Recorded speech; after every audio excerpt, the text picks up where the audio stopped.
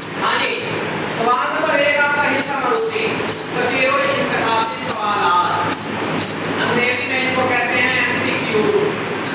आप टोटल है आपके 10, कितने हैं 10 में से आपने कितने करने हैं 7। 1 नंबर का 1 होगा तो 7 नंबर इसके हो गए, हिस्सा नजर में से 2 आएंगे।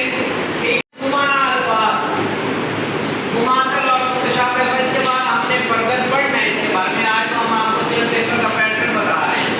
ये टोटल है 1, इसमें से 1 नंबर के एमसीक्यू आएंगे और उससे आ रहा इसमें से 1 आएगा। टोटल कितने नंबर के हो गए हिस्सा मरूसी? सवाल नंबर 1 15।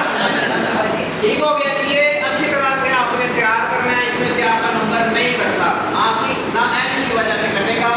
उस वक्त कटेगा जिस वक्त आपने गलत निशान लगा दिया। आपने इसको तैयार नहीं होंगे जो बोर्ड पैटर्न के मुताबिक लगा 4 अशार नहीं होंगे, हिस्सा बदल में से 3 अशार नहीं होंगे, उसमें से आपने कितने करने हैं 5। ठीक हो गया। सबक का उन्वान इन दोनों का 1-1 नंबर। खत कशीदा अल्फाज के जो मानी होते हैं उनको हल करना है तो उसके लिए कितने नंबर होंगे? 3 नंबर है। ठीक है, ये सवाल हो गया मुकम्मल 10 नंबर का। ठीक है।